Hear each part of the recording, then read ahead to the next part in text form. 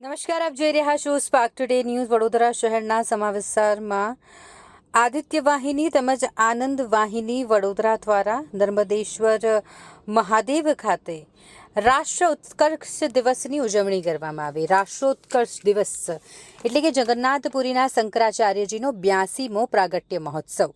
ગોવર્ધન મઠપુરી પીઠાધીશ્વર શ્રીમદ જગતગુરુ શંકરાચાર્ય સ્વામી શ્રી નિશ્ચલાનંદ સરસ્વતીજી મહારાજનો રાષ્ટ્રો ઉત્કર્ષ દિવસ તરીકે 82મો પ્રાગટ્ય મહોત્સવ તેમના દીર્ઘાયુ તેમજ નિરોગી જીવન અર્થે વૈદિક અભિષેકાત્મક લઘુરુદ્ર અનુષ્ઠાન તેમાં બ્રહ્મભોજ કરીને ઉજવવામાં આવ્યો. સાથે સાથે ધર્મનો જય થાય, અધર્મનો નાશ થાય, પ્રાણીઓમાં સદભાવના જાગે, વિશ્વનું કલ્યાણ થાય, ગૌ માતાની જય થાય, ગૌ હત્યા બંધ થાય, ભારત અખંડ થાય, ભારત હિન્દુ રાષ્ટ્ર બને, તે ઉદ્દેશ્ય સાથે લઘુરુદ્ર અનુષ્ઠાન પણ કરવામાં આવ્યું.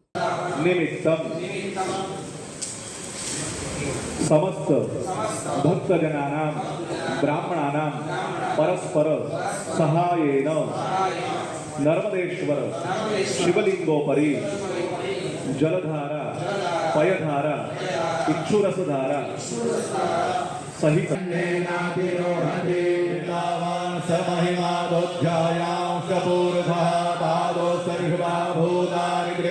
निमित्तम